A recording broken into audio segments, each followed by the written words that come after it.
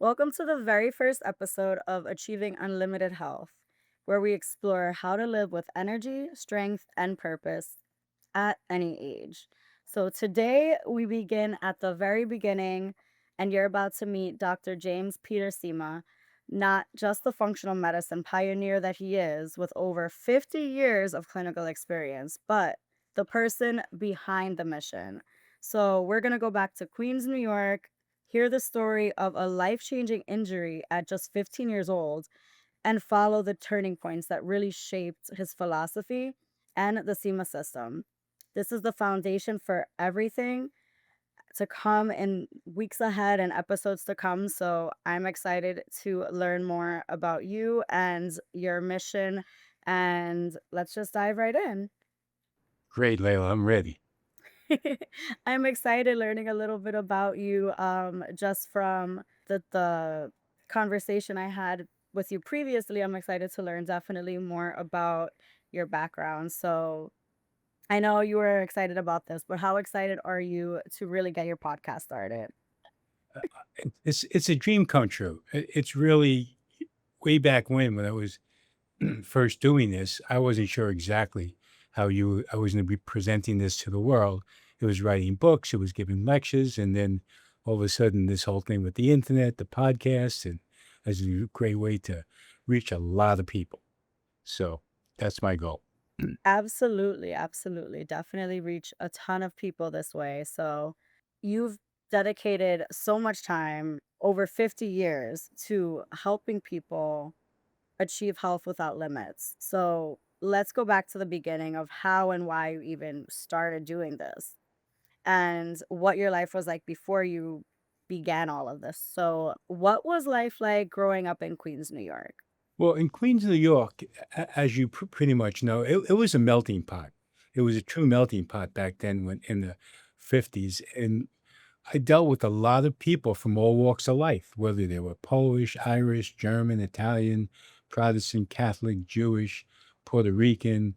Uh, there was so many different kinds of cultures in the area, and you got to meet a lot of friends from a lot of different cultures. And not only you just met your friends, but you met their families, and you became part of their family, so to speak, because you'd go over there for dinner, you'd sleep over. So I had a great time meeting a lot of different people from a lot of different backgrounds, which was great for me because it kind of taught me that everybody wasn't the same, everybody was different, and at the same time, we all had a lot of similarities as well. So it was a great way to grow up. I don't think I would want to grow up any other place but New York at the time. And it was a tough place, don't get me wrong. It wasn't easy growing up in New York, but it was great for me. The standpoint is that you got a great education. As much as, people would not think that you did, it was more of an education in the streets. So you learn to become like street savvy, and you learned exactly, how to deal effectively with all kinds of people. So that was the great part of growing up in New York. The other parts about growing up in New York was that the minute you left your house, you were a target for anybody. There was a lot of fighting, there was a lot of bullying, and you just had to learn how to fight. I mean, no matter when you left your house, you were getting into a fight. It wasn't like if, it was like when. And so you had to really learn how to protect yourself. And not only that, you start to grow up with gangs, guys that basically would help support you and you would support them. And it was a necessary evil. It wasn't like we went out and caused trouble, but if we had a problem, at least I had friends of mine that could help me, and vice versa. So the necessary evil was to join a gang, but it was really good because you learned how to effectively deal with all kinds of members of the gang, whether the guy was the one who was in charge of the gang or he was just maybe just like you or whatever. But it was a great experience. And I would never trade that for anything because it got me ready to, pursue the world. So, and it made me tough. It really did. So that was the best part. Absolutely. I mean, I can relate to that 110%. I'm a New Yorker myself, and I grew up in Uptown Manhattan, which isn't particularly the best area, similar to Queens, especially, back in the day it was rough. So definitely relate to the melting pot. And I wouldn't change it for anything either. We kind of touched on this a few minutes ago about how, at one point we had both moved to Florida, and coming from New York and coming from that melting pot, you really do see the world a little differently, and you just have so much experience that you can't really describe or explain, or you could somewhat convey it to others, but unless you're really from New York, you won't always fully get it. Yeah, And exactly. it does, you grow up book smart or whatnot, but definitely you grow up with street smarts that you don't particularly get, in a lot of places. So I know that you've described yourself as being street smart, more so even than book smart, especially in those early years. So how did that really shape the way you saw the world? When I originally went to started school, you were kind of like, you had to learn about the books and had to study for tests and you took lessons and then you took a test. And with the street, it was totally different. You take the test, then you taught the lesson. So it was kind of like, you didn't get a second chance. You either like were successful, okay, or you weren't. And if you were going to pick a fight with somebody or something, you yourself basically had to use your street smarts. And if you didn't, you were going to catch a beating. And after a while, I didn't really like catching beatings. I didn't mind giving them, but I, I didn't really want to take them.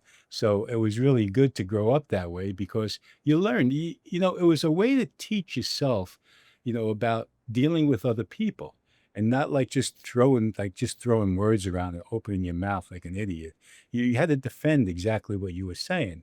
And if you didn't, it wasn't like today you could be on Facebook and go, ha ha ha, I don't like you or whatever. Back then you were ha ha ha, I don't like you, you get punched in the face. So it was like, you learn real, real fast. And it was a great way to learn. So when I was in school, I kinda, like, didn't like the book smart so much because, you had to, like, learn and study books, and I wasn't really interested in that.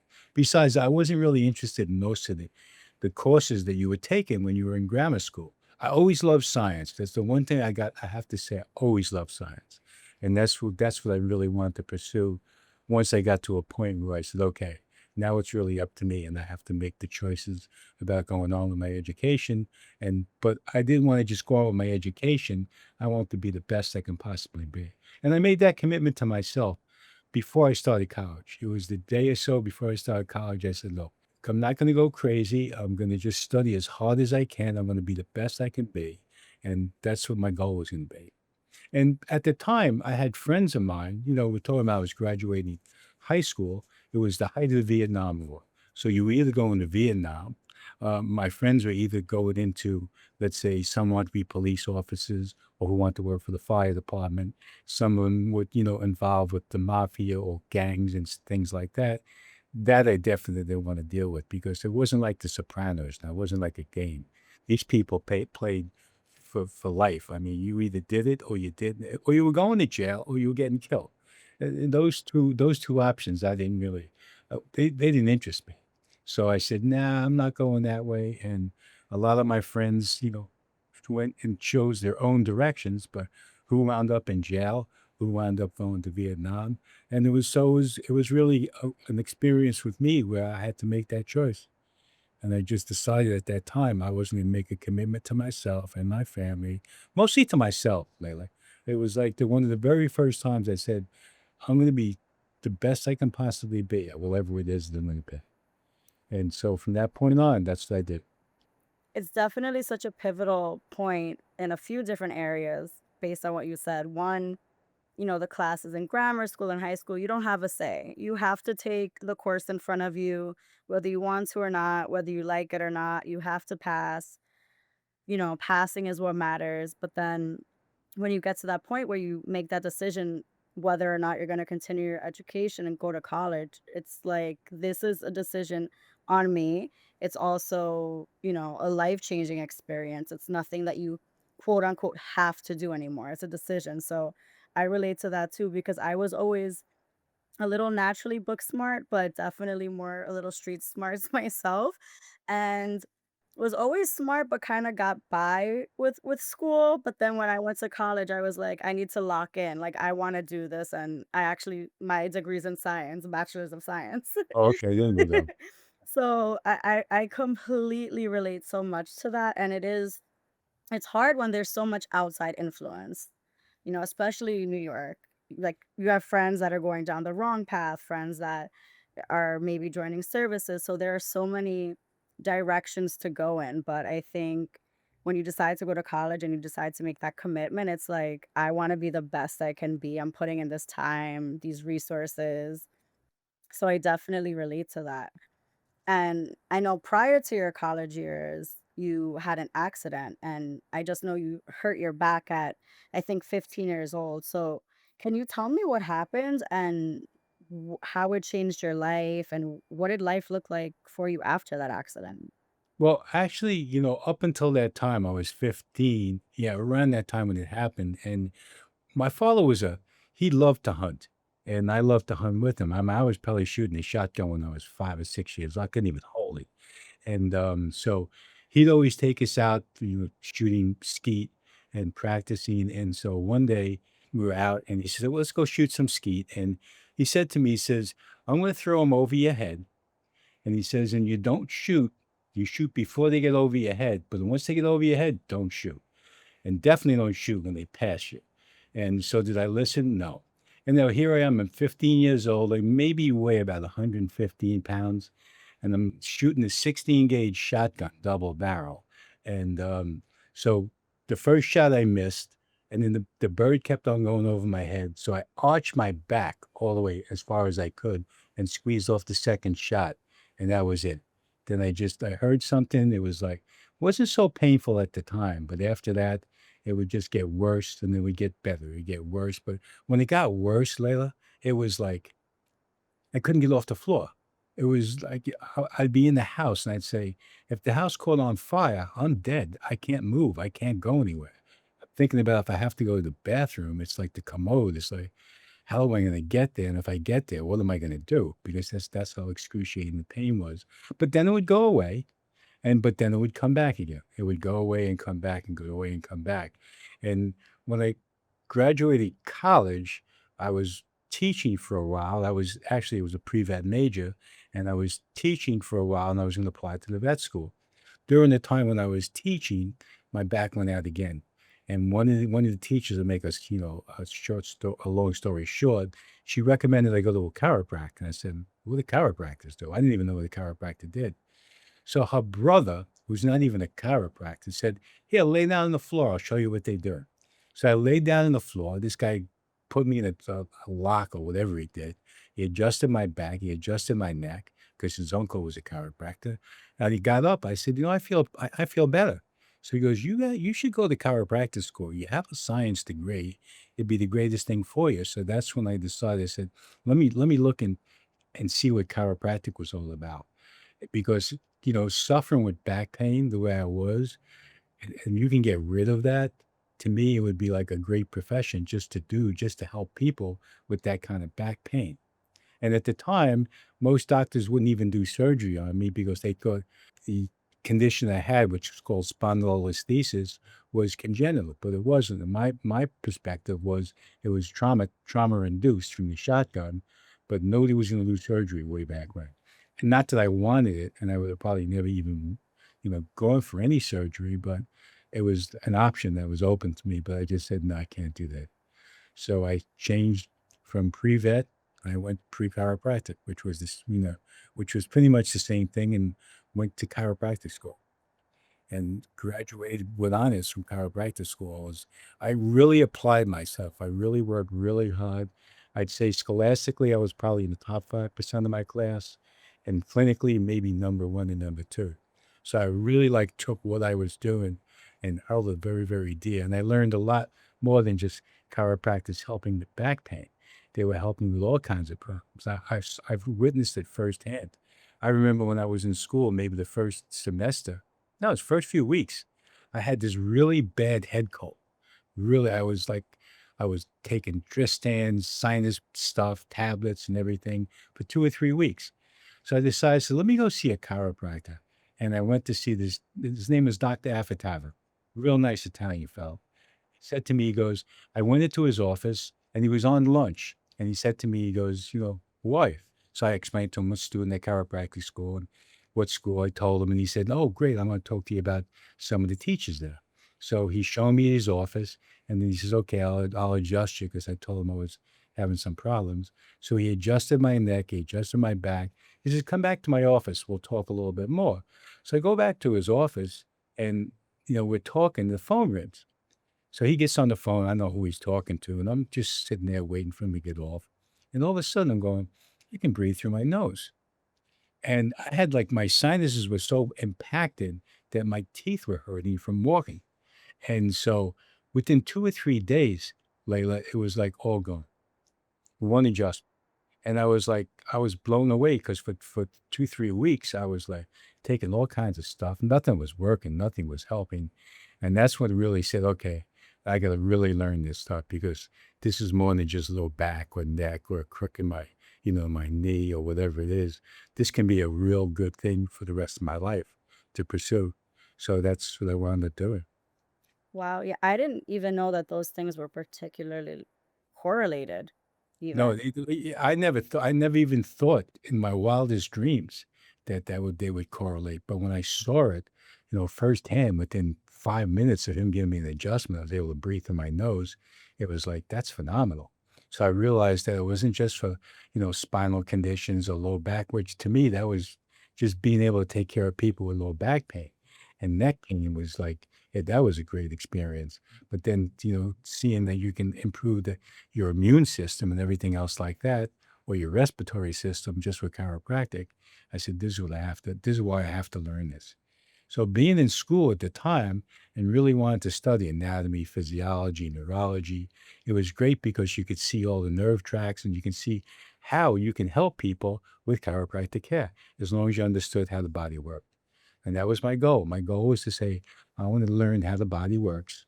Okay. And then I'm going to treat just overall health with people. And, I see it really a lot now. In fact, today I was kind of getting a little depressed because I'm looking at my patients coming in and who's got the vaccination and who's been really sick for a long time, who's on antibiotic, been there like for like 3 or 4 months, and they're just still, you know, in really bad shape, and everybody's their overall health has drastically decreased over the last 4 or 5 years with this COVID stuff and getting the shots, making this mandatory, and all the rest, and so it really impacted the overall health of the United States, and I saw that, firsthand. I mean, I was around since 1977, 76. I never saw anything like this.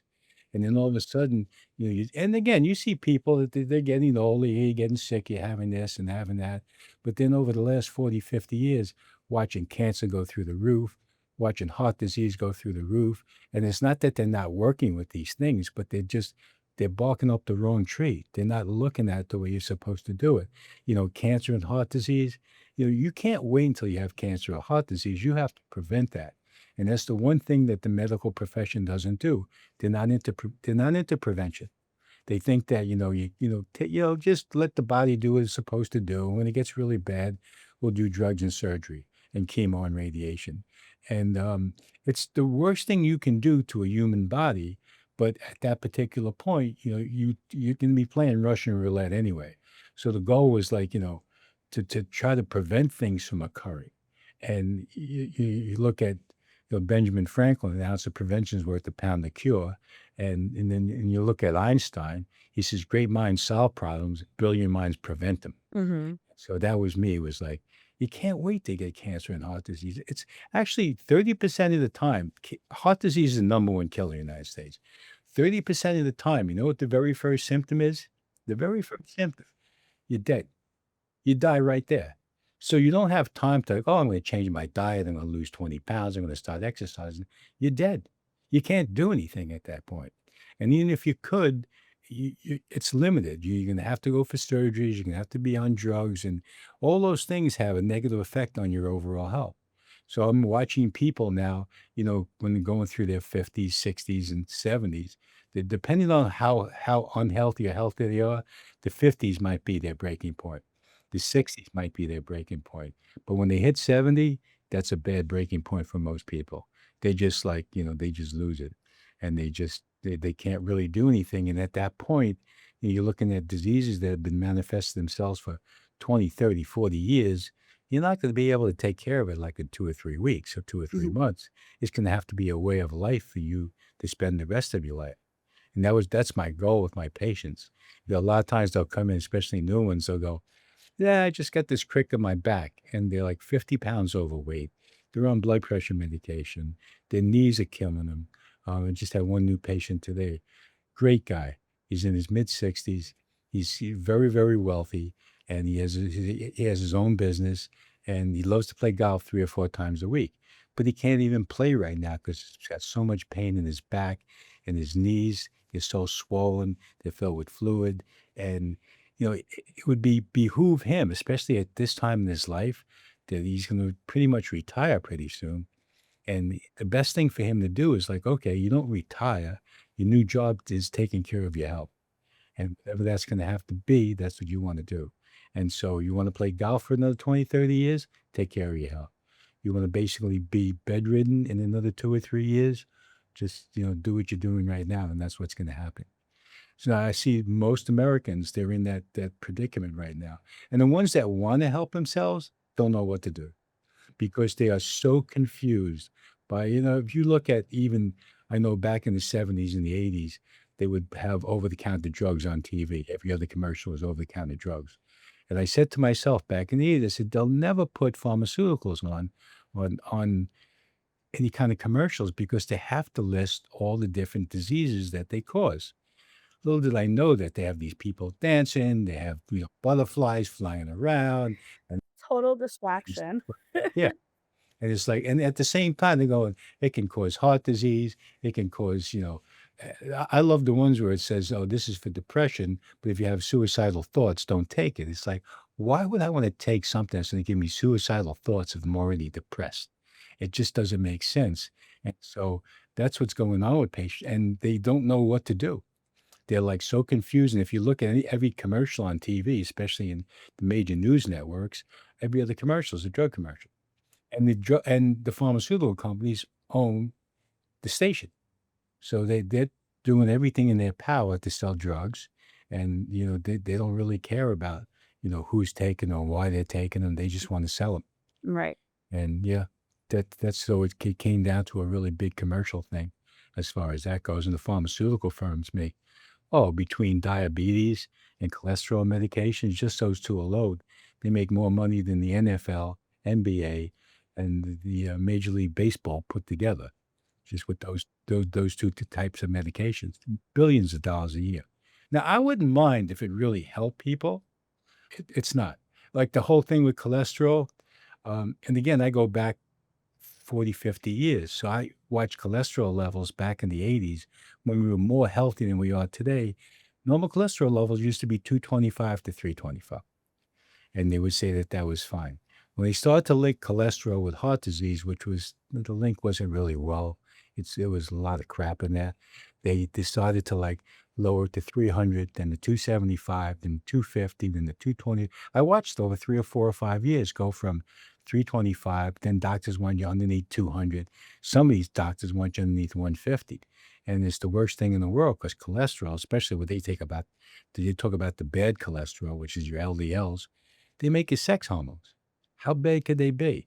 They make phospholipids that surround your brain that prevent it from short circuiting so you don't develop dementia or premature senility way before you retire. So I started to see all these different things, and I'm saying, and then they start to remove real good foods from your diet, like dairy, eggs, okay, meats, and things like that. And they just replaced it with grains and things that would basically make your diabetes worse and then really cause you to have all kinds of other problems. And so they took meat and took protein almost totally out of your diet. And so they would say, well, if you don't eat red meat, but if you want chicken, you can have chicken, but don't eat eggs. I said, well, why? Where'd the chicken come from? And they'd go like, oh, I don't know. It's like, you can't eat the chicken. And then you say, well, you can eat the chicken, but you can't eat the eggs. It doesn't make any sense. So I used to watch all this stuff. And again, I was, just starting. I was back in the 1970s, early 80s, and I was kind of believing everything that people, not people, but the AMA and everybody was saying about this and about that and about this and about that. And as time went on, I realized, oh, these people are just lying.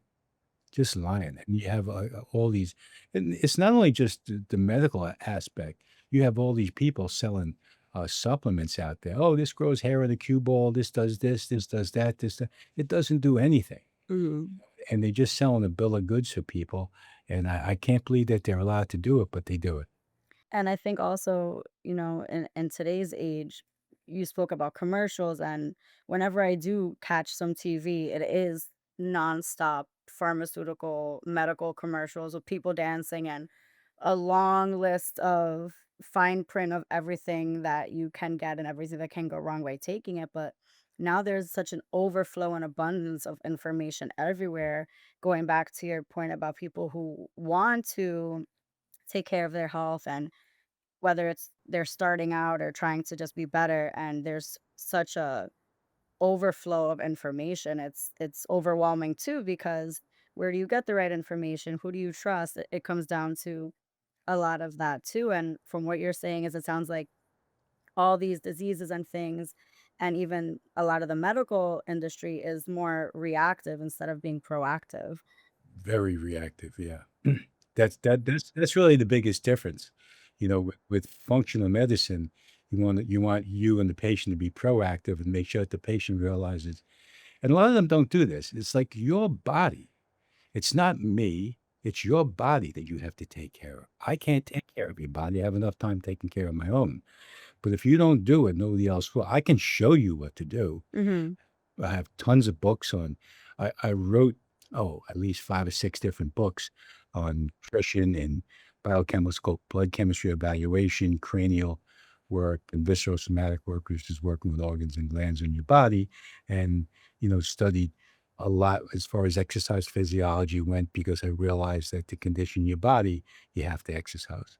And the two exercises I always recommend is flexibility, stretching, okay, and progressive resistance training, weight training. If you do those 2 exercises, you'll be able to have a nice, strong, functional body that's balanced, that'll be out of pain as long as you do everything properly. So for decades, you know, probably when I was in my mid-30s, I started to work out with weights. I did it as a kid, but there were any gyms around me back in the 50s. There was a few here and there, but your father would buy us a weight set, and you'd work out a little bit, then you'd stop. So once I came down to Florida and I started to meet some of my friends, a lot of them were into bodybuilding. So I said, "I'm gonna go into bodybuilding." At the time, I was like 165 pounds. And I said, "But I can't take steroids. I can't take drugs because I was already a doctor. I had 3 children at the time." And I said, "You know what? I talk to people and tell them about nutrition. I gotta be this nutritionist." So in 5 years, I went from like 165 to 240, 250. And so I was training real hard, lifting weights that I never thought I'd able to lift before. But I got to a point where it's like, how much bigger do I want to get? I mean, I was eating like three people go, oh, I only eat 2,000 calories or 1,500 calories a day. I was eating 3 or 4,000 calories for dinner. Forget about the day. So, but I couldn't stop eating and you were eating like tons of food. I'd have a pound steak and a half a pound of pasta. That would be starting my dinner. So it was good from that perspective because I learned how to get strong. I learned a lot about, how to get the spine balanced and all the rest. And at the same time, I took martial arts, Taekwondo, and they taught us all about stretching and all, what you had to do to maintain a good flexibility. So focused on that too as well. And then I realize that when I started hitting my 40s, 50s, and 60s, and now into my 70s, that those are the things that kind of saved my life as far as being flexible and being strong and all the rest. Wow. Yeah, that's very impressive. That's a lot to change in such a short amount of time. Absolutely. No, it was good. I really, like I said, I loved the bodybuilding. It was really good, but it served its purpose. But I knew I wasn't going to compete. I wasn't Mhm. to I was doing it more from a lifestyle perspective and also teaching my patients how to train properly. Because people would go to the gym and they go, "I work out." It's like, really?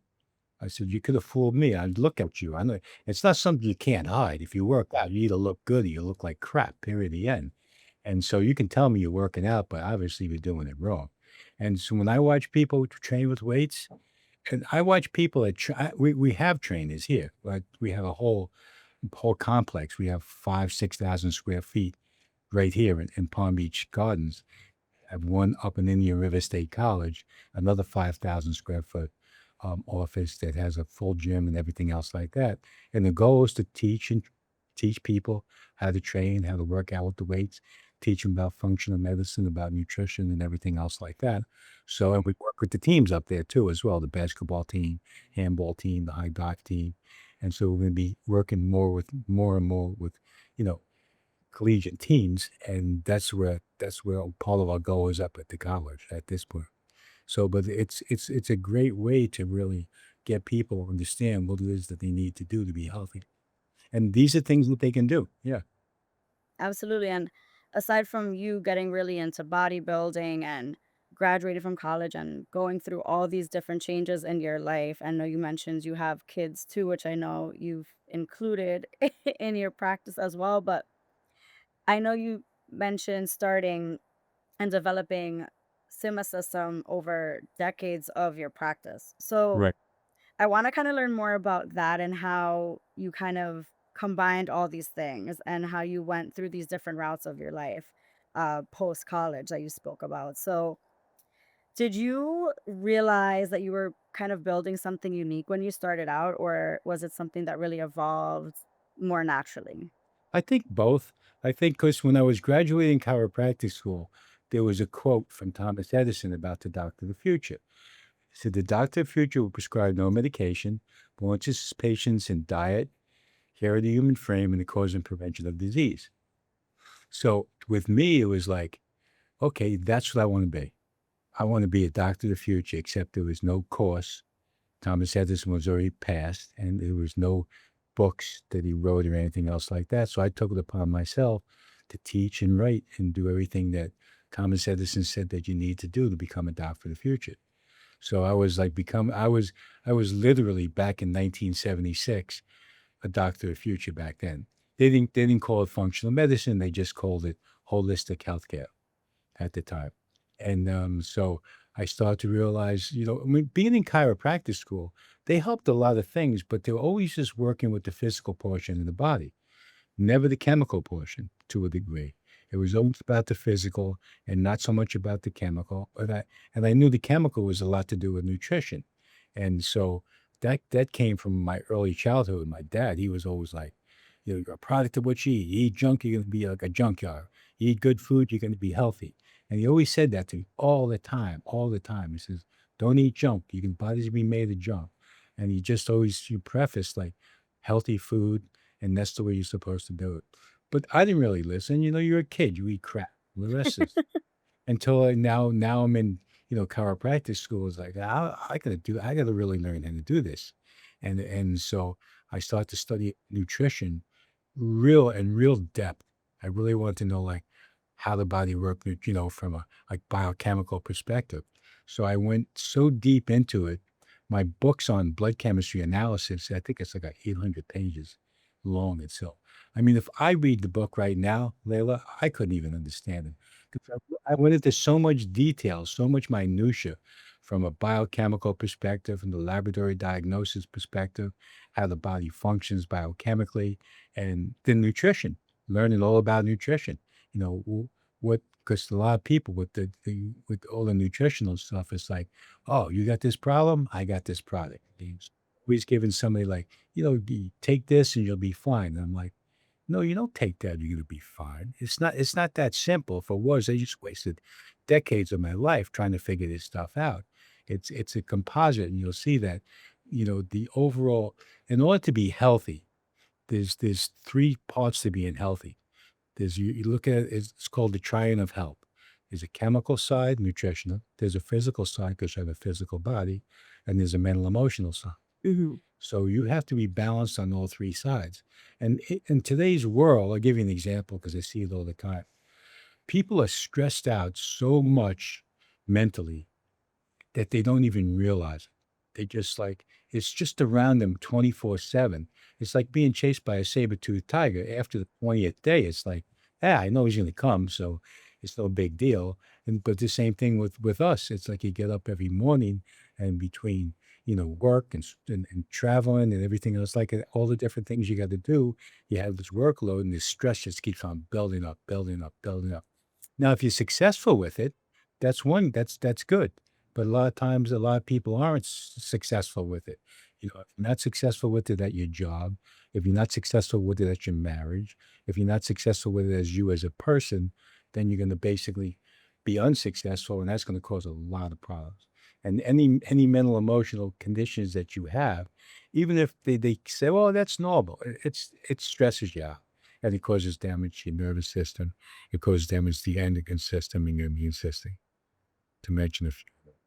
And you're obviously super successful, super educated and knowledgeable. Like you said, you've written these books and you spoke about in the beginning how you weren't originally book smart growing up. No. But what was it like for you to be told at one point in your life, even by like a guidance counselor, in I think either in high school or maybe grammar school too, not only walking the halls of Cornell, but being who you are now with all the success and clearly we're definitely college material.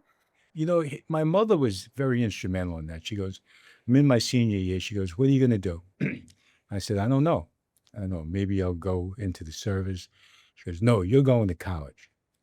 So she scheduled time with your grade advisor, who was another nice Italian fella. I forget his. So I go and so he looks at my transcripts, Layla, and he goes, Mrs. Cima, your son isn't college material. And knowing my mother, she said, I don't care. I want him to go to college. So he goes to me, he goes, well, what do you like? And to me, I was like, I loved hunting. I loved fishing. I liked animals. Always loved animals. We always had all different kinds of pets.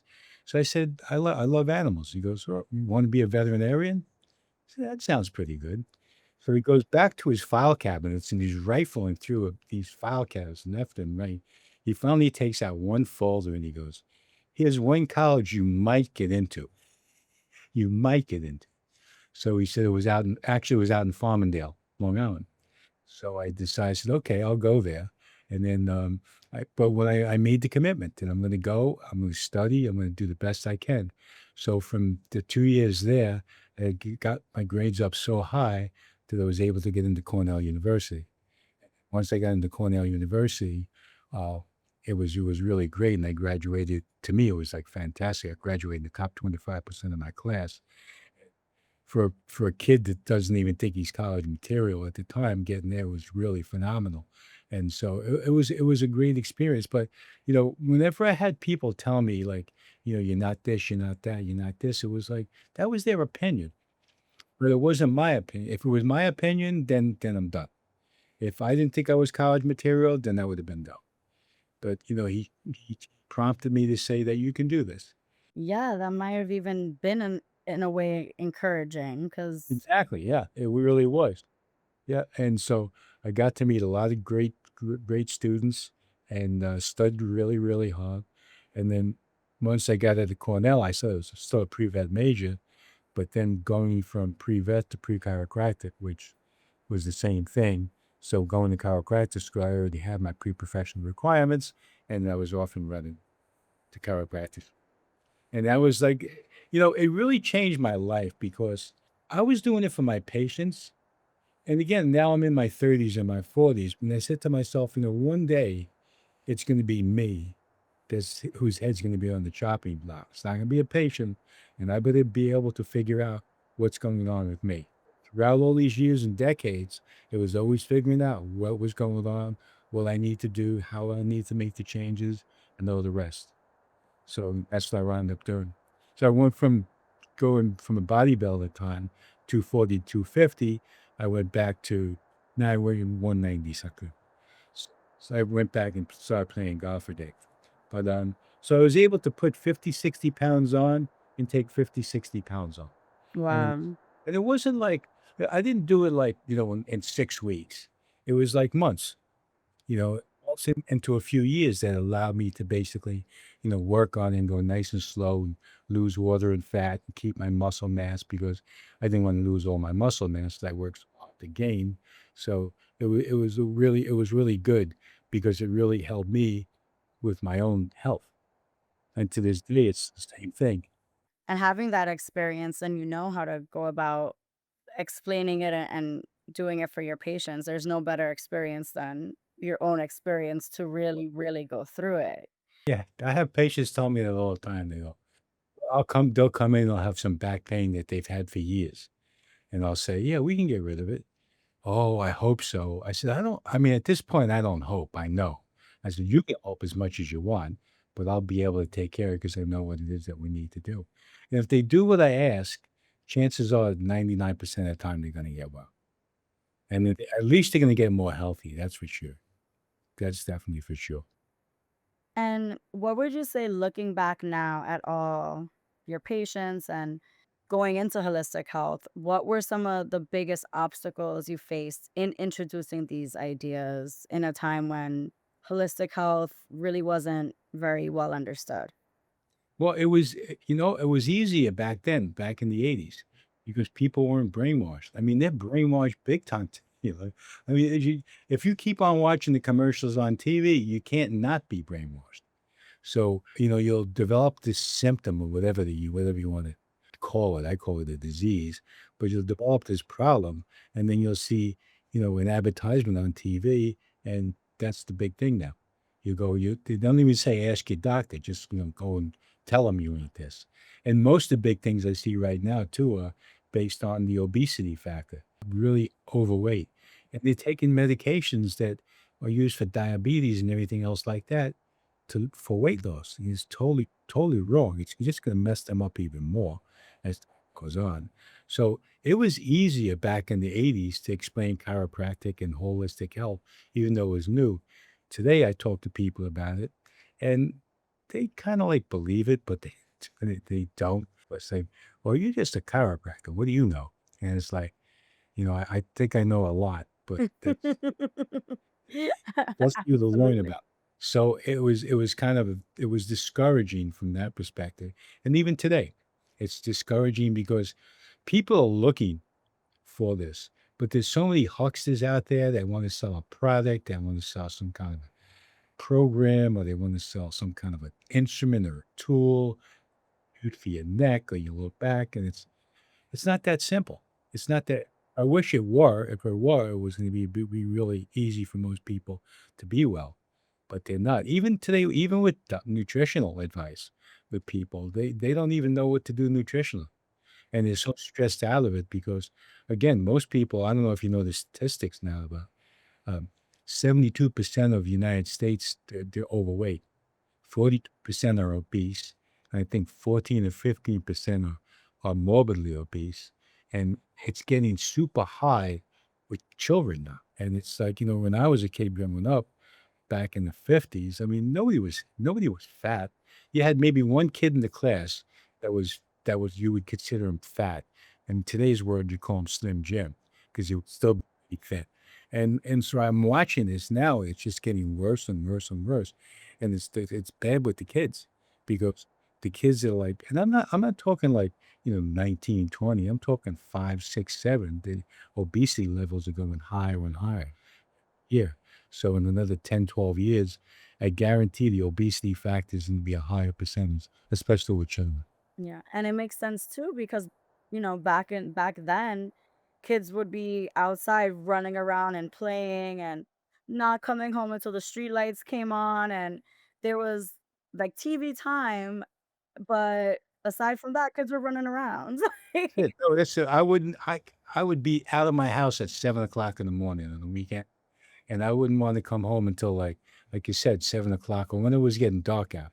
That's when I come home to have dinner.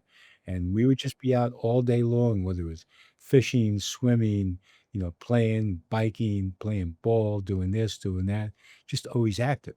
And it was really great experience. So I was always like thin. And my father was an ice cream man, so I had tons of ice cream. I was always eating ice cream.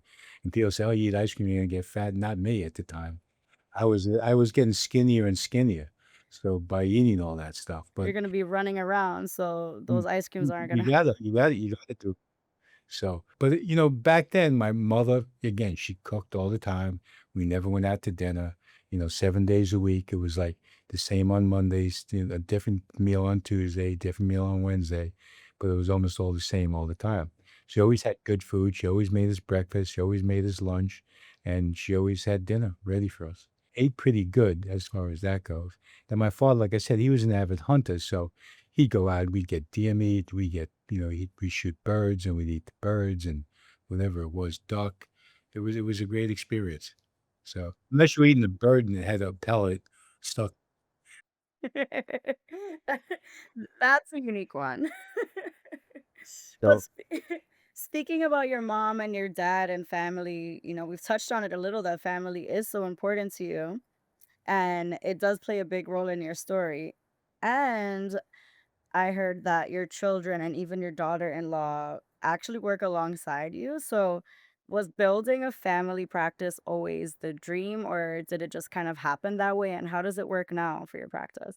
I never thought about it in that perspective. I always taught my kids about nutrition, health, and wellness, and they were when they were in high school, they were referring their friends to me for all kinds of problems. If their friends had a headache, go see my dad. Their friends got sick, go see my dad. And so, my son and my oldest daughter, decided they want to be chiropractic physicians, and my daughter, she basically goes in more in the obstetrics and she deals with the babies and the newborns and things like that. And my son, he does more with a lot of sports things, and he's more into the martial arts now too. And so he does a lot of that, but he runs the office. He wanted to run the office. He goes, and I said, "You sure?" He goes, "No, I want to do it." So he's running it. And then his wife she's the head esthetician over here, and she's in charge of that. And so, and in between that, and my wife is here. She works with me on this side, on in my side of the office, I should say. So we're always around each other. I don't know how we didn't kill each other yet, but No, that's amazing. so because we're always around, we're just 24/7. We're like, inseparable pretty much. And even this weekend, and we have 11 grandkids, probably have another one or two more, and they were all here this weekend. Some are from New York, and so we had a great weekend with them. It was crazy. That's a lot of grandkids. And then plus and they always come down with at least 1 or 2 of their friends. So it's like, you always have, like, 12, 13, 14 kids running around now. Usually for Christmas time now, we'll have all my nieces and nephews, they'll be down, and there's gonna be probably at least 20 plus kids. And a lot of them I consider my grandkids anyway because either their grandparents had passed or, whatever happened. But, so it's great because they all wanna be around us, and I love it. It's just and I know, okay, because God above is really good to us.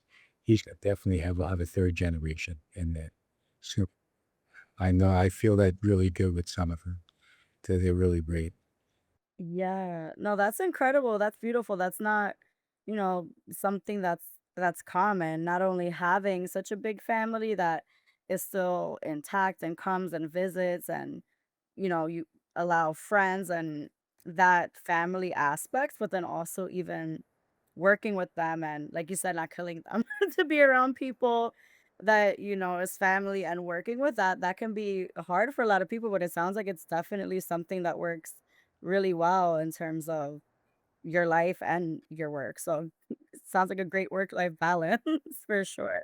We have our moments, and it's not that we don't argue. Being Italian, that's all you do a lot of time. We it's kinda like we respect one another. So if we say things, we say them, out of, the kindness of our heart and the love that we have for everybody, and it's not like, "I wanna see you fail." Everybody wants to be successful. So, we would just work as a team, and it's always for the team. It's not for me or my wife or anything, and so everybody has a deep respect for each and every one of us, and we know that we all play a role in the whole practice, especially down here. So it's really good that everybody knows their part and what they have to do, and that's what we do all the time. Absolutely. And beyond the family dynamic, I know you've met with, I don't know, probably thousands of patients within your practice over these decades. So, do you have one story or can you share one story that comes to mind that still kind of gives you chills when you think about it or had like a lasting impression? Oh, yeah, this one, I mean, I have a ton of stories, but this one goes back to the, this goes back before we had cell phones. So, I had one of my patients come in, the name was Marie, and she calls me up one day, and she says, "I have to see you." I said, "Why?" She goes, "I have to see you today." So she comes to the office, and I said, "What's up, Marie?" This one was in the '60s. She goes, "I just came from my doctor's office. He wants me to go in and have my appendix removed." So I said, "So, it's the question."